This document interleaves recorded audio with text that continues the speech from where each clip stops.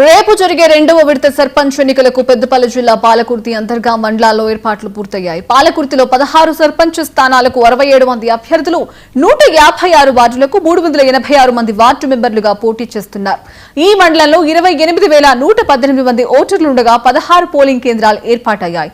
అదేవిధంగా అంతర్గా మండలంలో 15 సర్పంచ్ స్థానాలకు 71 మంది అభ్యర్థులు 132 వార్డులకు 288 మంది వార్డు మెంబర్లుగా పోటీలో ఉన్నారు.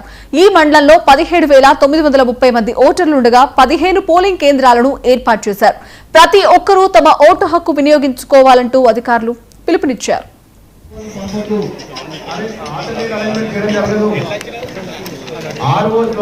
రెండో విడత గ్రామ పంచాయతీ ఎన్నికల్లో భాగంగా ఈరోజు అంతర్గామ మండలంలో డిస్ట్రిబ్యూషన్ ఏర్పాట్లు చేయడం జరిగింది. పిఓలందరూ ఆర్ఓలందరూ డ్యూటీకి రిపోర్ట్ చేయడం జరిగింది. ఎక్కడైతే పిఓస్ ఓపీఓస్ గైర్హాజరయ్యారో వారందరికీ కూడా ఎక్స్ప్లెనేషన్ కాల్ఫర్ చేయడం జరుగుతుంది.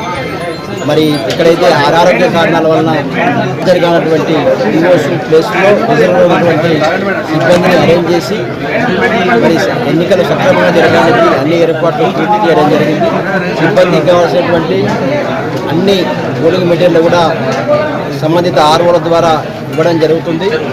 తర్వాత పోలింగ్కి సంబంధించినటువంటి ఆర్ఓస్ అక్కడ ఏర్పాట్లను కూడా పరిశీలించడం జరిగింది.